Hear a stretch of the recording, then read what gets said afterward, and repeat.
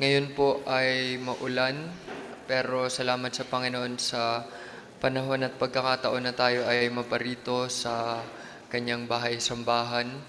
At kapag narinig natin yung salitang sambahan, tinutukoy dito ay yung lugar kung saan natin sinasamba ang Panginoon o hinahanap natin yung kanyang kahalagahan. Kinikilala natin na ang ating Panginoon ay mahalaga. Hinahanap natin ano ba yung kahalagahan ng Panginoon sa ating mga buhay. At sa gabing ito, ating buksan ang ating mga Biblia sa Aklat ng Awit, Kabanatang 91. So babasahin natin ang mga talatang ito at babasahin natin ito sa Tagalog. Sundan niyo ako sa inyong mga Biblia. Sa gabing ito, ating pag-aaralan ang pagkilala natin sa kapangyarihan ng Panginoon sa ating mga buhay. Na siya ay Diyos ng mga pangyarihan sa lahat, siya ang ating kanlungan, siya ang ating taguan. Babasahin natin ang buong kabanata. Ito ay naglalaman ng 16 na talata. Sabi sa talatang 1, siyang naghahangad ng pagkupkop ng kataas-taasan at nananatili sa pagkalinga ng mga pangyarihan ay makakapagsabi kay Yahweh, muugkat kanlungan, ikaw ang aking Diyos, ang Diyos na tangi kong pinagtiwalaan. Sa panganib at bitag, ikay kanyang ililigtas, at kahit anumang matinding salot ay di ka magdaranas. Lulukuban kanya sa lilim ng kanyang malapad na pakpak, at sa kalinga niya ay palagi kang nakakatiyak. Iingatan niya at ipagsasanggalang pagkat siya ay matapat. Pagsapit ng gabi, di ka matatakot sa anumang bagay, maging sa gagawing biglaang paglusob ng mga kaaway. Ni sa ano pa mang darating na salot, pagkagat ng dilim, sa pagpuksay wala kang takot at sa araw man dumating. Kahit na mabuwal sa iyong harapan ang 1,000 tao, sa iyong paligid ang bilang ng patay, maging 10,000, di ka matatakot at natitiyak mong di ka maaano. Ika'y magmamasid at sa panonood mapapatunayan, iyong makikita taong masasamay pinaparusahan. Sapagat si Yahweh ang iyong ginawang tagapagsanggalang at ang pinili mong mag-iingat sa iyo'y kataas-taasan. Di mo aabuting ika'y mapahamak, di mararanasan kahit anong uring mga paghihirap sa iyong tahanan. Sa kanyang mga anghel, ika'y itatagubilin, saan mang dako maparoon, tiyak ang iingatan. Sa kanilang mga kamay, ika'y aalalayan, nang sa mga bato, paamoy hindi masasaktan. Iyong tatapakan kahit mga ahas o leyong mabagsik, di ka maaano sa mga serpiente at leyong mababangis. Ang sabi ng Diyos, ililigtas ko ang mga tapat sa akin, at iingatan ko ang sinumang taong ako'y kikilalanin. Sapagat sila'y tumawag, laging handa ako na sila'y pakinggan. Aking sasamahan at kung may problema ay sasaklolohan. Aking ililigtas, ang bawat isa ay pararangalan. Sila'y bibigyan ko at gagantimpalaan ng mahabang buhay at nakakatiyak, tatamuhin nila aking kaligtasan. Pagpalain ng Panginoon ang kanyang mga salita. Tayo ay pumikit at manalangin naman naming nasa langit. Kami ay nagpapasalamat sa inyo sa oras na ito. Nawa ay linisin niyo po kami sa amin pong mga puso't isipan. At tulungan niyo po kami na sa amin pong pag-aaral ay amin po kayong makilala. Amin pong maunawaan ang inyo pong mga katotohanan. Tulungan niyo nawa kami na magkaroon kami ng bagong pananaw sa amin pong mga buhay. Makita po namin at maunawaan na kayo lamang ang amin pong kanlungan sa panahon ng pangangailangan. At kung kayo pong amin pong sandigan ay wala pong anumang bagay ang amin pong magiging takot. Wala po kaming magiging pag-aalinlangan o pangamba para sa kinabukasan dahil kayo ang amin pong Diyos na tagapangalaga. Kaya nawa ang amin pong maging patnubay sa aming pag-aaral sa gabing ito, sa pangalan ni Jesus. Amen. Maaari na po ngayong maupo.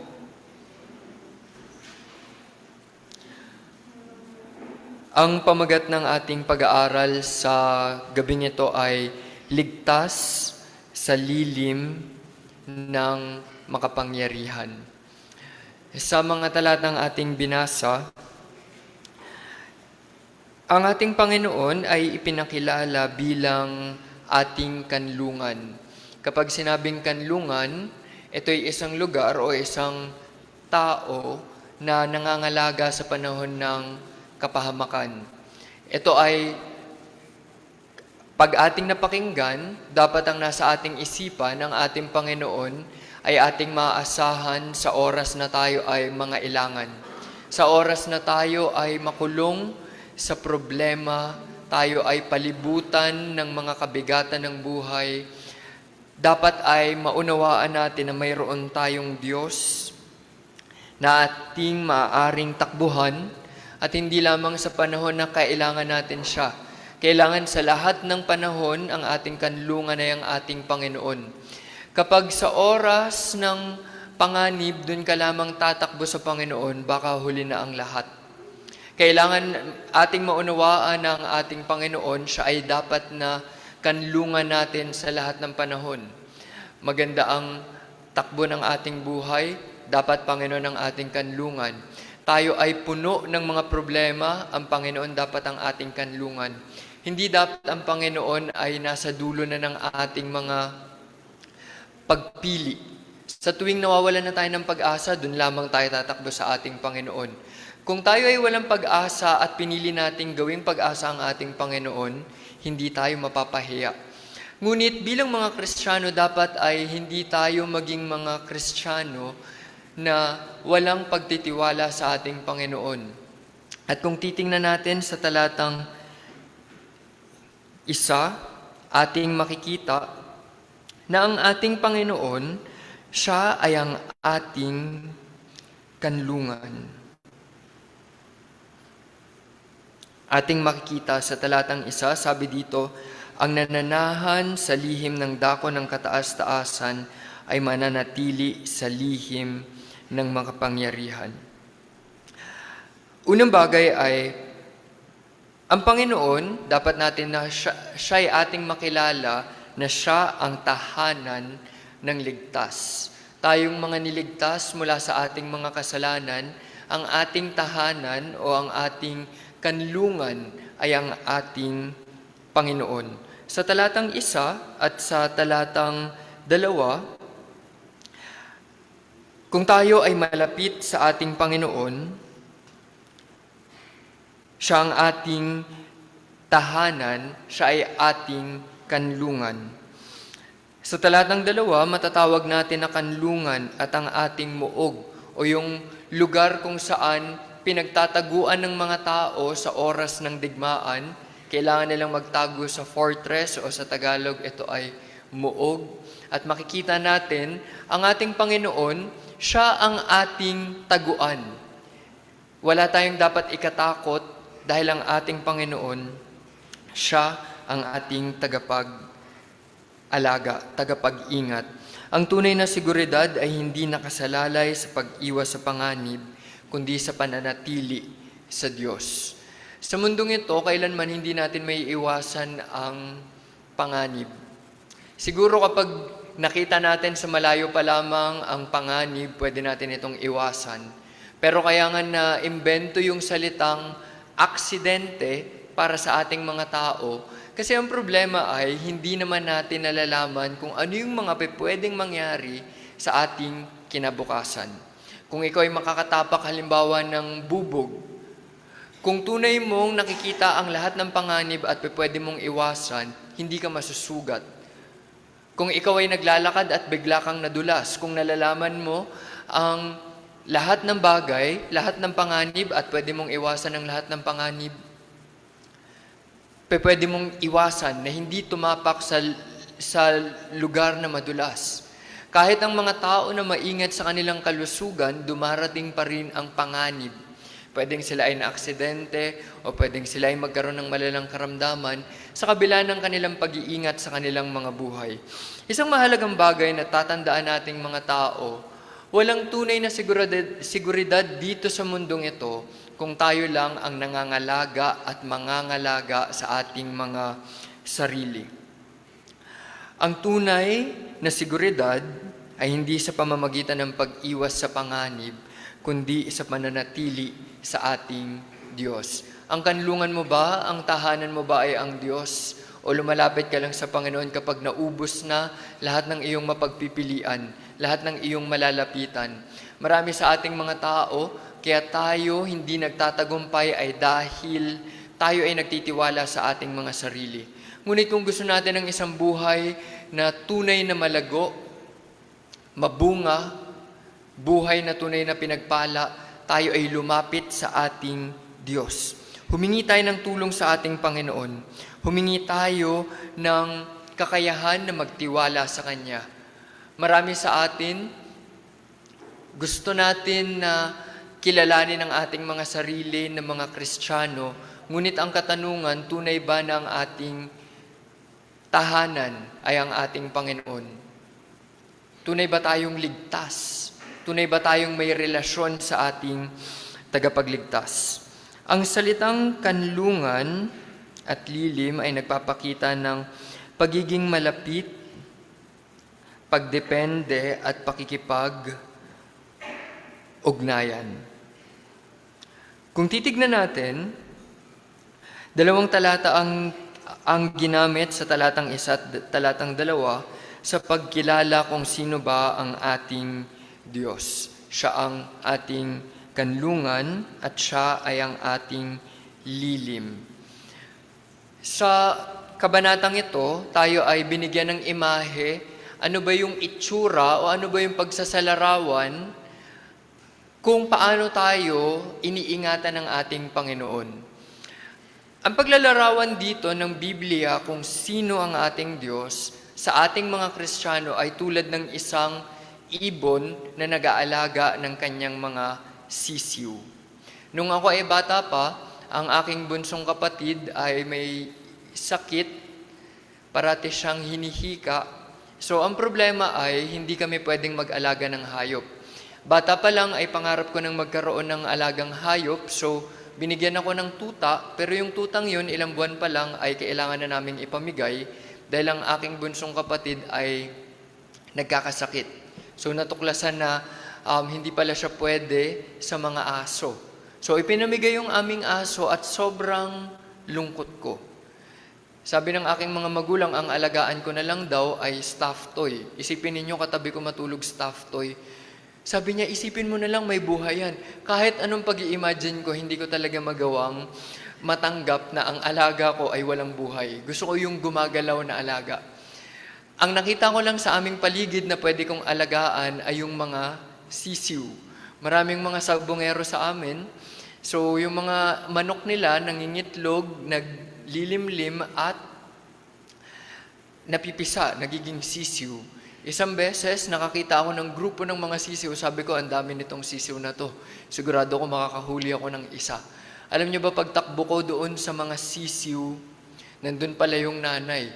Nung umiyak yung mga sisiw, tumakbo yung nanay, at nung narinig ng mga sisiw na nandun yung kanilang nanay, nagtakbuhan sila sa nanay at nagtago sa ilalim ng nanay. At ako'y takot sa nanay kasi natuka na ako dati ng manok. So sabi ko, masakit manuka yung manok, buti pa sana yung sisiw, kaya ko pang tiisin. Nung nagtago silang lahat sa kanilang nanay, nakapagnakaw pa ba ako ng sisiw? Hindi na. Dahil meron silang tagapagtanggol. Ang imahe na ibinibigay sa atin dito ng ating Panginoon ay tulad ng isang ina na ibon na nangangalaga sa kanyang mga anak. Sa oras ng panganib, kapag narinig ng mga anak ng mga sisiw ang kanilang nanay, magtatakbuhan sila sa kanilang nanay, o kapag narinig ng nanay ang kanyang mga sisiw, siya ay tatakbo patungo sa kanyang mga sisiw. Kailangan nating maunawaan ang ating Diyos. Siya ang ating tagapangalaga. Kaya ang ginamit ng mga salita dito ay kanlungan at lilim. Sa Ingles, ang ginamit ay shadow of the Almighty. Alam niyo kung bakit? Tinutukoy sa shadow o sa lilim o sa anino ay kailangan tayo ay parating malapit sa ating Panginoon. Paano ka iingatan ng Panginoon kung ikaw ay parating lumalayo sa Kanya? Ang kailangan nating gawin ay panatilihin ang isang maayos at tamang relasyon sa ating Panginoon. At siya ay masisiguro natin na ay handang mangalaga at magtanggol sa atin sa oras ng pangangailangan. Nananahan ka ba sa presensya ng Diyos o lumalapit lamang kapag may krisis? Isang mahalagang bagay na dapat nating matuklasan. Ang Diyos ba ay meron ka bang maayos at malapit na relasyon sa iyong Panginoon? O kapag problemado ka, dun ka lang tatakbo sa iyong Diyos? Ano ang ibig sabihin ng tunay na manahan sa Panginoon araw-araw? Ano bang ibig sabihin nitong tayo ay manahan? Kanina nakita natin, ang ating Diyos ang tahanan ng ligtas. Sino ba ang mga ligtas? Pinag-aralan natin sa Aklat ng Juan, Kabanatang 1, Talatang 12, ang ligtas ay yung taong may tunay na relasyon kay Kristo, nakipagkaisa kay Kristo, tinanggap si Kristo, sumampalataya kay Kristo, naniniwala at sumusunod kay Kristo, yan ang taong ligtas. Kung ang isang tao ay ligtas, paano siya mananahan kay Kristo? Napag-aralan rin natin sa Aklat ng Juan, Kabanatang 15, kailangan tayong manatili. Ang salita ng Diyos dapat ay nananatili sa ating mga buhay. Ito ay ating pinapamuhay, ito ay ating sinusunod. At sa pamamagitan nito, pinapatunayan natin na tayo ay umiibig sa ating Panginoon. Tayo ba ay may pagsisikap pa na maging mga Kristiyano o nasanay na lamang tayo na lumipas ang mga panahon at tuwing meron tayong pagtitipon, naririto tayo sa ating bahay-sambahan. Pero hindi talaga tunay na makita sa ating mga buhay ang ating pagiging Kristiyano. Dapat tayo yung unang makatuklas na ano ba ang ibig sabihin ng pagiging Kristiyano. Hindi ito nakabase sa nakikita sa atin ng ating kapwa o sinasabi sa atin ng ating kapwa. Ito dapat ay ating nararanasan na ang ating Panginoon, siya ang kanlungan at lilim nating mga sumasampalataya sa Kanya.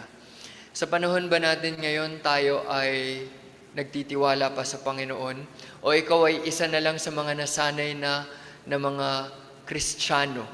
Alam niyo ang problema kapag ikaw ay dumadalo na lamang, tagadalo ka na lamang, konting problema lang ikaw ay mawawala. Kasi wala nang tagapag-ingat sa iyo, wala na ang lakas na nagmumula kay Kristo. Kailangan tayo ay magkaroon ng tama at maayos na pananaw sa kung sino ang ating Panginoon. Ikalawang bagay, ang Diyos ang nagkakaloob ng pagliligtas sa tapat. Sa mundong ito, tulad ng tinalakay natin kanina, kailanman ay hindi naman mauubos o mawawala ang mga problema. Hindi kailanman mauubos ang mga suliranin. Kahit na lumipas pa ang mga buwan o mga taon sa ating mga buhay, malampasan natin ang mga pagsubok ng buhay, darating pa rin ang mga bagong pagsubok at makikita natin na hindi pala nauubos ang problema. Hindi pala natatapos ang mga kabigatan, mga suliranin, mga kalungkutan ng buhay na ito.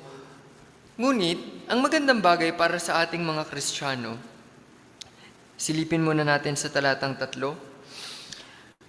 sapagkat ililigtas ka niya sa bitag ng manghuhuli at sa makamandag na salot. Ano ang tinutukoy dito? Tulad ng ginamit na imahe kanina, ginamit natin na paglalarawan, ang bitag dito ay mapanganib para sa mga ibon.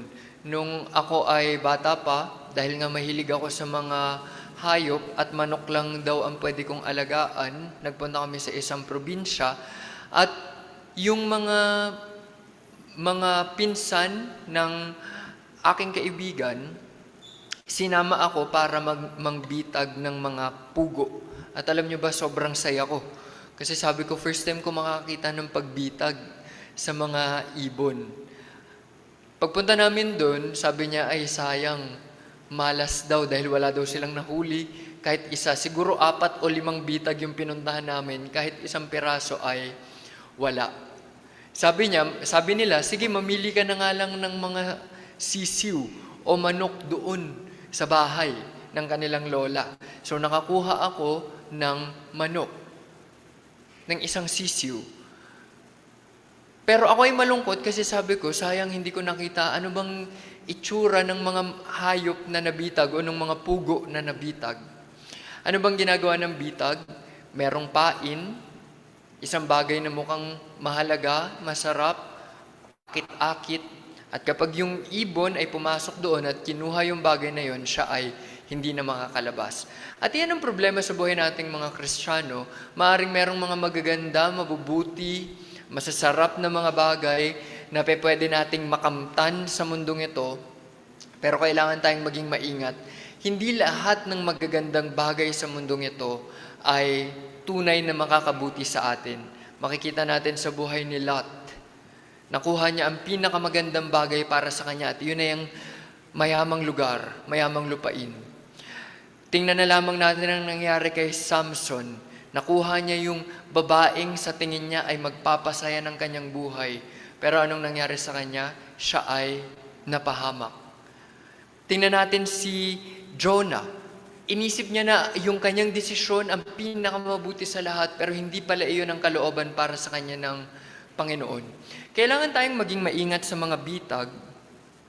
At alam niyo ba kung sino yung ating tagapag-ingat? Sabi sa talatang 3,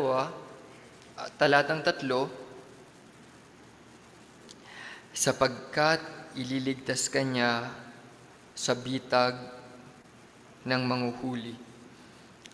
Merong ang ating kalaban, si Satanas, sa aklat ng 1 Pedro, kabanatang 5, talatang 8, siya ay tulad ng isang leon na naghihintay kung sino yung kanyang lalapain. At tulad ng pagsasalarawan kay Satanas sa 1 Pedro, kabanatang 5, dito sa awit kabanatang 91, siya naman ay inilarawan bilang isang tagapaghuli o mangangaso na tumitingin, sino kaya ang kanyang mabibitag? Sino kaya ang pwede niyang bitagin? Ngunit meron tayong tagapagligtas at iyan ay ang ating Panginoon. Sa talatang 3 hanggang talatang 8, makikita natin sa talatang 4, tulad ng isang ibon, tayo ay kanyang kakanlungin sa oras ng panganib. Makikita natin dito sa talatang 4, at sa kalinga niya ay palagi kang nakakatiyak. Kapag tayo ay itinago ng ating Panginoon, meron pa kayang makakapag-alis sa atin mula sa kamay ng ating Panginoon? Iingatan niya at ipagsasanggalang pagkat siya'y matapat. Ang ating Diyos ay tapat. Tayo ay kanyang pangangalagaan sa lahat ng panahon kung tayo ay tapat na nagtitiwala at sumusunod sa Kanya. Hindi tayo matatakot sa mga panganib ng gabi. Hindi tayo matatakot kung meron bang mga palaso na makakasakit sa atin na hindi natin nakikita kaya ginamit dito ang gabi o ang kadiliman dahil may mga panganib na hindi mo kailanman mapaghahandaan. Pero hindi tayo matatakot kung meron mang panganib. Alam niyo ba ang isang Kristiyano ay may pag-asa sa kanyang kinabukasan? Ang isang Kristiyano ay may lakas ng loob na harapin ang mga pagsubok ng buhay. Ang isang tunay na Kristiyano ay hindi napupuno ng takot, bagamat naniniwala ko lahat tayo ay nakakaranas ng takot o pangamba o pag-aalinlangan sa mga panahon na kumakaharap tayo ng malalaking mga pagsubok. Ngunit kung tayo ay nagtitiwala sa Panginoon, matutuklasan natin na ang Panginoon ay kaya pala tayong iligtas, pagtagumpayin. At sa mga talatang ito, kahit na sa gabi, dumating ang panganib, hindi ka matatakot Sa talatang 7, libo-libo na ang bumabagsak sa iyong paligid. Ngunit hindi makakalapit ang kapahamakan sa iyo. Sa talatang 8, pagmamasdan lang natin, titignan lamang natin ang kapahamakan sa mundong ito. At makikita natin ang parusa ng masasama. Alam niyo kung anong makikita natin sa talatang 3 hanggang talatang 8, ang ating Panginoon ang ating tagapag-ingat. Siya rin ang tagapagparusa sa mga masasama. Ang ating Panginoon ang tutulong sa atin na anuman yung ating kinakaharap ay ating malalampasan. At hindi natin ito malalampasan sa sarili nating kakayanan, kundi ito'y malalampasan natin sa tulong ng ating Diyos na ating kanlungan at lilim. Ang proteksyon ng Diyos ay sumasaklaw sa mga panganib na nakikita at di nakikita. Mahalagang bagay na dapat nating tandaan ang ating Panginoon, siya ang tagapangalaga natin. Siya ang bahalang mangalaga sa ating mga buhay. Hindi lamang sa mga bagay na ating nakikita, kundi maging sa mga bagay na di nakikita. Makikita natin sa talatang 3, tinalakay dito ang dalawang bagay. Una ang bitag na tinalakay natin kanina at ikalawa ay ang salot. Una, sa talatang 3, tayo iniingatan ng Panginoon sa bitag. Ito'y panlilinlang ng dyablo, ito'y ginagamit ng dyablo upang ikaw ay maligaw, upang ikaw ay mapahamak. So, ang ginagawa ng dyablo, bibigyan niya tayo ng bagay na mukhang maganda, mukhang mahalaga, mukhang mabuti. At kapag kinuha natin ito, tayo ay kanya ng nabitag, tayo na ay kanyang nalinlang. Ang salot naman ay sumasagisag o naglalarawan sa pagkawasak. Yung pestilence, sa Biblia, makikita natin ang pestilence, ito ay sumisira ng kabuhayan. Ito'y nagdudulot ng tagutom. Kapag dumating ang mga salot, dumarating ang tagutom, ang kamatayan. Ito'y nagdudulot ng kapahamakan. Sa buhay natin, sa mundong ito, matutuklasan natin na naririyan talaga ang panganib. Kaya sa kabanatang ito, hindi itinatanggi ng awit na ito o ng kabanatang ito ang panganib. Pinapangako nito ang pagkilos ng Diyos sa gitna ng mga panganib. Hindi mabubura ang panganib sa mundo. Hindi mawawala yung problema.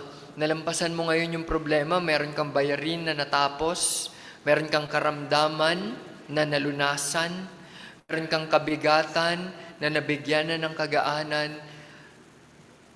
Paglipas lamang ng ilang panahon, naririyan na naman ang mga bagong pagsubok ng buhay, bagong mga panganib ng buhay. Ngunit, mapagkakatiwalaan natin ang ating Diyos ay kikilos sa gitna ng mga ito.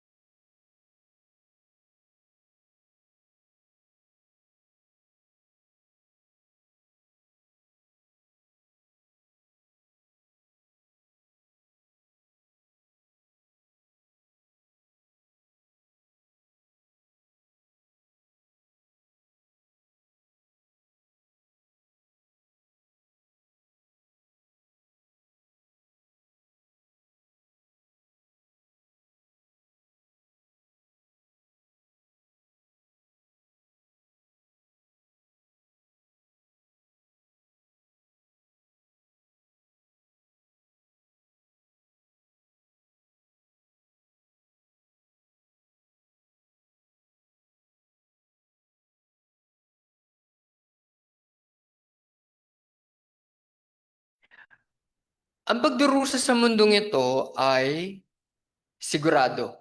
Kristiyano ka man o hindi, ikaw ay magdurusa. Ngunit ang tinutukoy na kapahamakan dito na daranasin ng mga masasama ay ang pagpaparusa ng ating Diyos.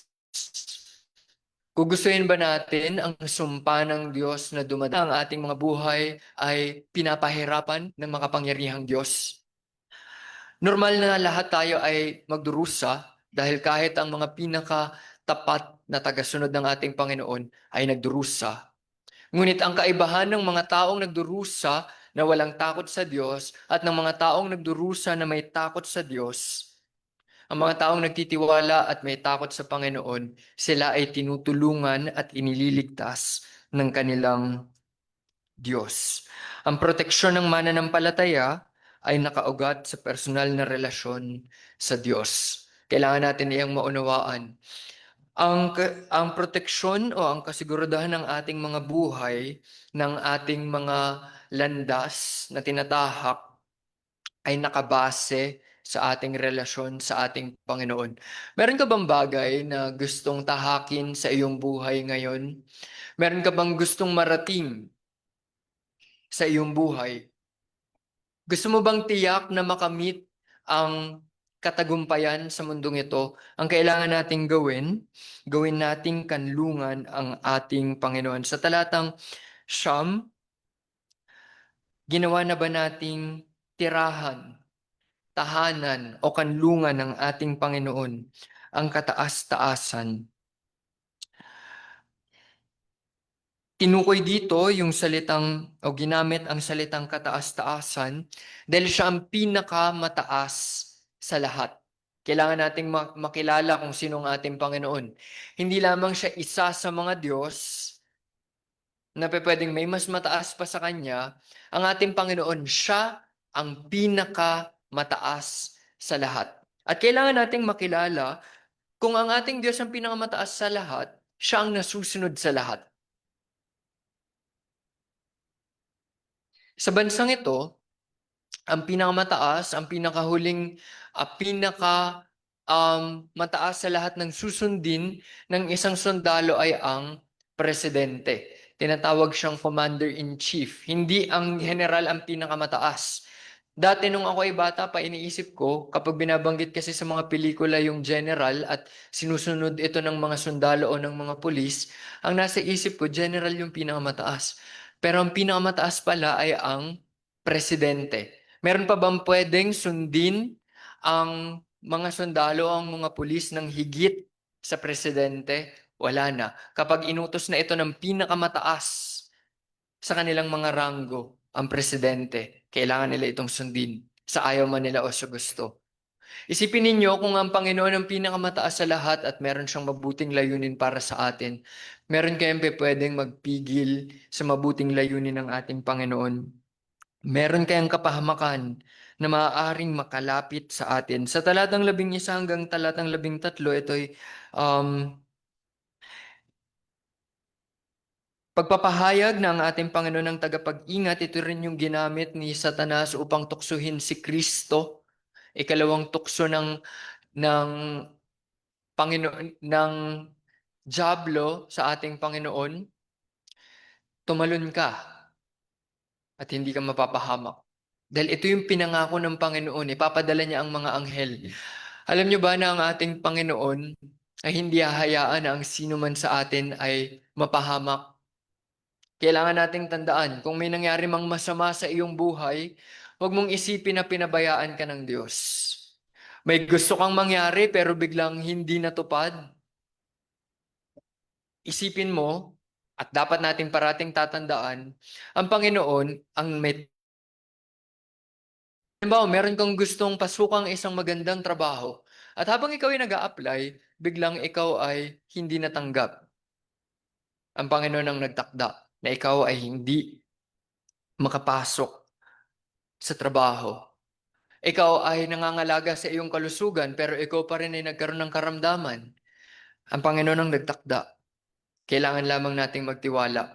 Napakahalaga na maunawaan natin ang Panginoon ng ating tagapag-ingat. At gusto ba natin ng kasiguraduhan o proteksyon sa ating mga buhay? Siguraduhin natin ang isang maayos na relasyon sa ating Diyos. Iniuutos ng Diyos ang kanyang mga anghel upang ingatan ang kanyang bayan. Ang tinutukoy dito sa salitang bayan ay ang bayan ng Israel. Ngunit kapag pinag-aralan natin sa bagong tipan, lahat ng sumampalataya kay Kristo ay tagapagmana rin ng pangako ng Diyos kay Abraham para sa bayan ng Israel. Tayo ay kabahagi. Kung ikaw ay hinirang ng Diyos, tayo ay kanyang iingatan. Hindi bilang pamahiin, kundi bilang banal na bayan. Makikita natin ang ating Panginoon, tayo ay pinagkalooban ng buhay na walang hanggan at ang Panginoon, siya ang nagkakaloob sa atin ng kakayahan na magtiwala rin sa Kanya. Kailangan lamang nating makita sa ating mga sarili, meron ba tayong pagnanais? Nakilalanin ng ating Panginoon na mapalalim ang ating relasyon sa Kanya. Anong bahagi ng iyong buhay ang sinusubukan mong protektahan sa sarili mong lakas? Meron bang bahagi ng iyong buhay na ikaw na lang ang nag-iingat sa iyong sarili at hindi ka na lumalapit sa iyong Panginoon? Nabubuhay ka ba na parang nasa ilalim ng mapagmatyag na pag-iingat ng Diyos? Sa iyong buhay ba nalalaman mo na ang Panginoon ang iyong tagapangalaga? Sa iyong buhay ba nalalaman mo na walang anumang bagay na mangyayari sa iyo na hindi itinakda ng Panginoon dahil siya ay parating nagmamasid at nakakaalam ng lahat? Kailangan natin iyang alamin. Ang buhay ba natin ay iniingatan natin sa sarili natin o sa tulong ng Panginoon? Tayo ba ay naniniwala na ang ating Panginoon ang nagtatakda ng lahat? At panghuli, sa talatang 14 hanggang talatang 16, makikita natin ang 8 pagpapala ng Panginoon para sa mga tunay na umiibig, kumikilala, at kumakapit sa Kanya. Panghuli, ang mga pangako ng Diyos sa mga umiibig sa Kanya. Sa talatang 14, sapagkat siya ay nagmamahal sa akin, ililigtas ko siya, iingatan ko siya sapagkat alam niya ang aking pangalan. Alam niyo ba bakit sa Biblia, bagamat sa mga bagong salin ay hindi na ginagamit ang pangalang Yahweh o yung YHWH? Pero bakit ibinigay pa ito ng Panginoon kung ayaw niya pala na ating sambitin o gamitin ang pangalan ng ating Panginoon? Alam niyo kung bakit niya ito ibinigay? Upang tayo ay magkaroon ng pagkilala. Sino ba ang aking Panginoon? Pagdating ng bagong tipan, natuklasan natin kung sino ang ating Panginoon, si Kristo. At para makilala natin kung sino ang Ama na nasa langit, kailangan nating makilala si Kristo. Kilala mo na ba kung sino si Kristo? Tunay mo bang nalalaman ang kahulugan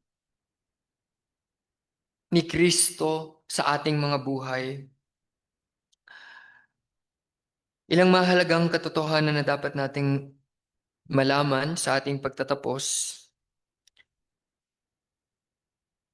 Sa pagtatapos ng awit, makikita natin ito yung nagtatapos sa mismong Diyos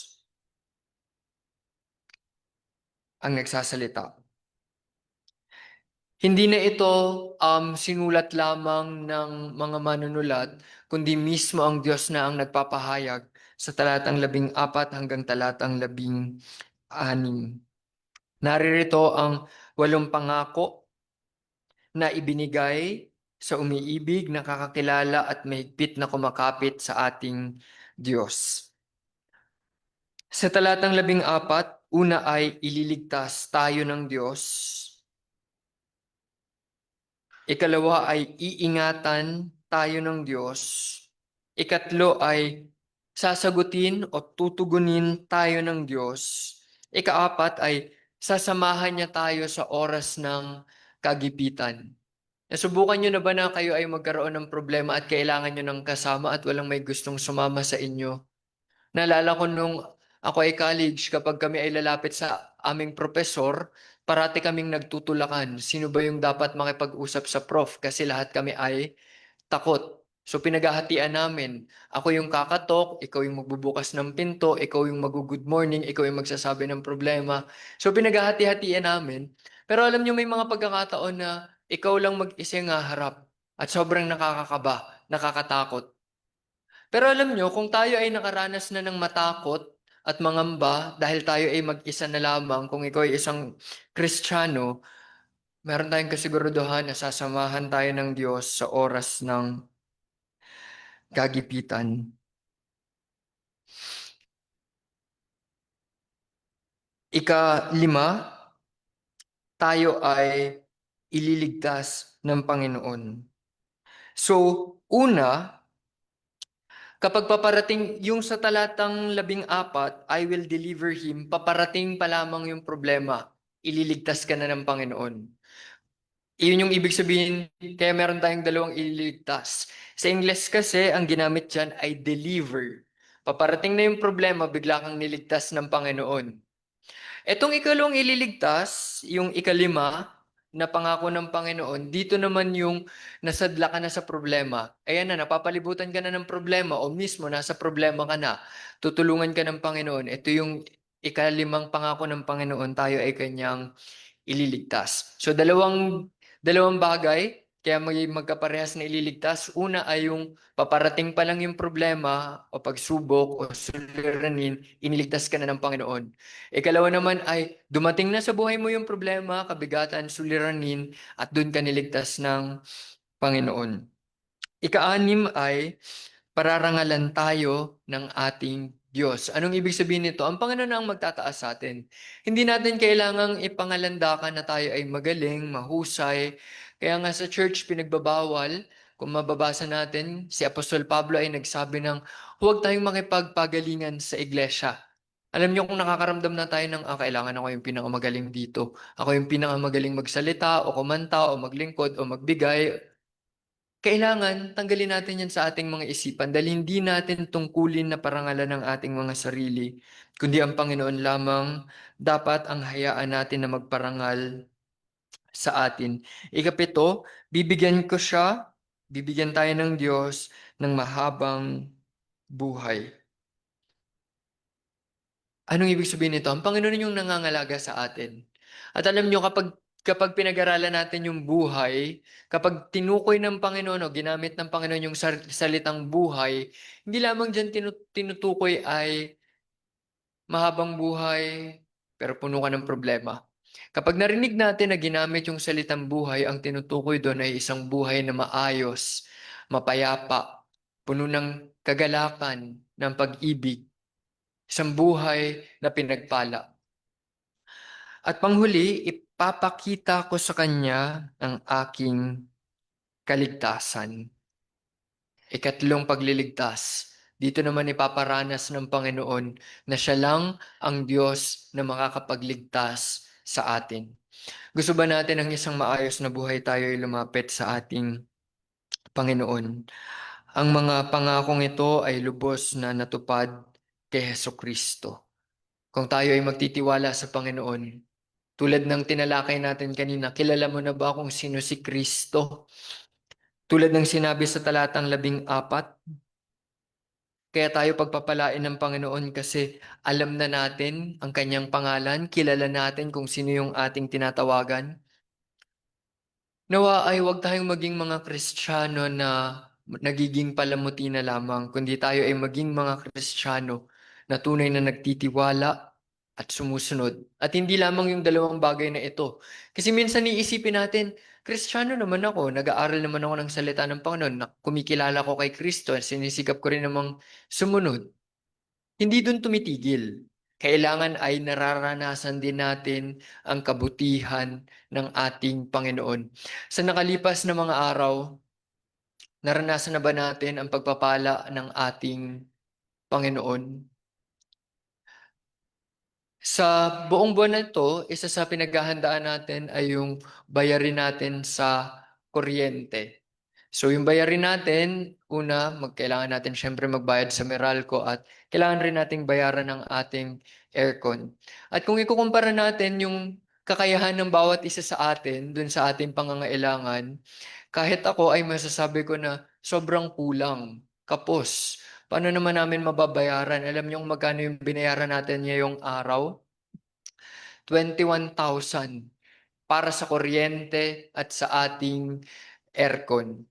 Isipin na lang natin, magkano na kaya yung aking nabigay para sa Panginoon? At masasabi ng bawat isa sa atin na ang liit ng binigay ko kumpara dun sa malaki naming pangangailangan. So dapat nating tignan kung meron man tayong napagtagumpayan o nalampasan, ang Panginoon ang nagkakaloob. Kung tatanungin niyo ako last week, paano kaya mababayaran lahat ng yan? Sasabihin ko, ewan ko, manalangin na lang tayo. Pero ang Panginoon ay nagkaloob ng kanyang tulong at ating napagtagumpayan ang ating mga pangangailangan para sa araw na ito. At hindi ito gawa ng sino man. Alam niyo, wala tayong sino man na pwedeng purihin sa ating mga napagtatagumpayan. Yan man ay iyong personal na katagumpayan, ikaw ay pinakamagaling sa iyong klase, o ikaw yung pinakamahusay na empleyado sa iyong kumpanya, ikaw yung pinakamaalagang magulang, o ikaw yung pinakamabuting anak, wala kang pwedeng ituring na sayo. Lahat ay pinagkakaloob ng ating Panginoon. At nawa tayo ay maging mga Kristiyano na nagliliwanag, hindi lamang dahil sa ating Facebook tayo ay parating nagpo-post. Huwag tayong maging mga Kristiyano na pinapangalandakan lang natin na tayo ay mga tagasunod ni Kristo pero hindi makita sa ating mga buhay. Nawa bilang mga tagasunod ng ating Panginoon, tayo ay kanyang tulungan na magtiwala, sumunod, at maranasan ang kanyang mga kabutihan, ang kanyang pagpapala. At tunay tayong pinagpala, tunay na mga matagumpay na mga tagasunod ng ating Panginoon. Kumakapit ka ba sa Diyos dahil mahal mo siya o ginagamit mo lamang siya para sa kaginhawaan? Sa tingin ko na subukan na nating lahat yung dulo na gamitin yung Panginoon kapag may problema, dun ka lang lalapit sa Panginoon. Kapag yung meron kang mga kabigatan na hindi mo na kayang malampasan, dun ka lang tumatawag sa Panginoon. Pero kung yung pangalawang bagay ay nasubukan na natin, subukan naman nating isubuhay yung unang bahagi. Na tayo ay kumakapit sa ating Panginoon, tayo ay nananahan kay Kristo dahil tunay natin siyang minamahal. Huwag nating hayaan ang ating mga sarili na lumipas ang panahon na hindi naman talaga tayo tunay na mga tagasunod ng ating Panginoon. Huwag tayong maging tagasunod ng tao. Kapag kayo ay nagpunta sa Facebook, maraming mga malalaking iglesia ang naging tagasunod na lamang ng tao. Kanina habang kami ay nagbabiyahe, isa sa mga nabubuong kulto sa ating bansa ay yung mga taong nagsasabi na si Kristo ay Baptist. Tayo ay mga Kristiyano at tinuturing natin ang ating doktrina na Baptist, pero hindi tayo naniniwala na si Kristo ay Baptist. Ito ay pagtawag lamang sa um, doktrina natin, yung Baptist. Pero wag tayong maging tagasunod dahil ito'y sinabi ng isang kilala, isang sikat na tao, isang maimpluwensyang tao. Ang kailangan nating gawin, tayo ay bumalik sa salita ng ating Panginoon. Kaya alam nyo, dito sa ating church, hindi tayo magdiriwang ng National Baptist Day. Ang ating ipagdiriwang ay ang ating tagapagligtas at hindi tayo magdiriwang sa isang araw lamang. Ipagdiriwang natin ito habang tayo ay nabubuhay. Kaya kung merong malungkot sa atin, maituturing mo bang nagdiriwang ka kung ikaw ay malungkot? Hindi pagdiriwang yung ikaw ay nakasimangot, bigat na bigat. Ang kailangan natin gawin, una, kilalanin ang ating tagapagligtas. Alamin, sino ba ang ating Diyos? Siya ay ating gawing ating kanlungan, ang ating lilim. Dahil ang ating Panginoon, siya ang nagliligtas sa tapat. At meron tayong katiyakan sa ating Diyos, sa ating pagtitiwala sa Kanya, dahil siya ay tapat at totoo.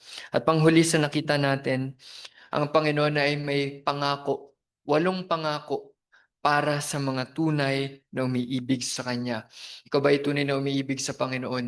Huwag tayong maging pekeng mga tagapag-ibig ng Panginoon. Ang peke, nagsasabi lang ng mahal pero hindi talaga mahal. Sa Biblia, ang tunay na nagmamahal sa Panginoon ay yung taong sumusunod sa Kanyang mga salita. Naway tulungan tayo ng Panginoon para tayo ay tunay na pagpalain. Ibigin natin ang Panginoon hindi lamang sa salita, kundi sa ating gawa sa pamamagitan ng ating pamumuhay. Tayong lahat ay tumayo at tayo ay lumapit sa ating Panginoon sa pananalangin. Ama naming nasa langit, kami po ay nagpapasalamat sa araw na ito na binigyan niyo po kami ng pagkakataon na makapagtipon upang kami ay makapagbigay ng papuri sa inyong pangalan sa pamamagitan ng aming mga awitan. At amin po kayong sambahin sa amin pang pag-aaral ng inyong mga salita at tunay po namin kayong maluwalhati sa pamamagitan ng pamumuhay ayon sa mga ito. Tulungan niyo nawa po kami na ang aming mga buhay ay aming gamitin sa pagsunod sa inyong mga salita dahil ito po ang tunay na katunayan ng aming kaligtasan. Tulungan niyo nawa po kami na ang amin pong mga buhay ay magkaroon ng kasiguraduhan. At ito ay mangyayari lamang kung kami ay nasa inyo, nananatili sa inyo. Kayo nawa ay aming piliing kanlungan at lilim. Nawa ay tulungan niyo kami na magtiwala sa inyo ng buong puso, kaluluwa at pag-iisip dahil kayo po ang amin pong Diyos na makapangyarihan sa lahat. Kayo ang kataas-taasang Diyos na kayang pagpalain ang bawat isa sa amin kung kami lang ay magagawang magtiwala sa inyo.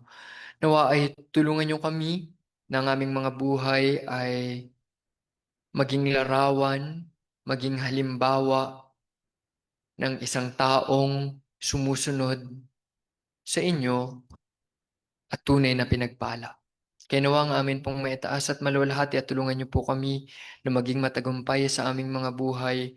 Amin pong malampasan ang mga pagsubok ng buhay sa tulong po ninyo. Kaya nawa ang masunod sa buhay ng bawat isa sa amin sa pangalan ni Jesus. Amen. Tayo ay manatiling nakatayo at muli nating tawagin ang ating tagapagpaawit para sa atin ring pagkakaloob. Maraming salamat po, Pastor Ira.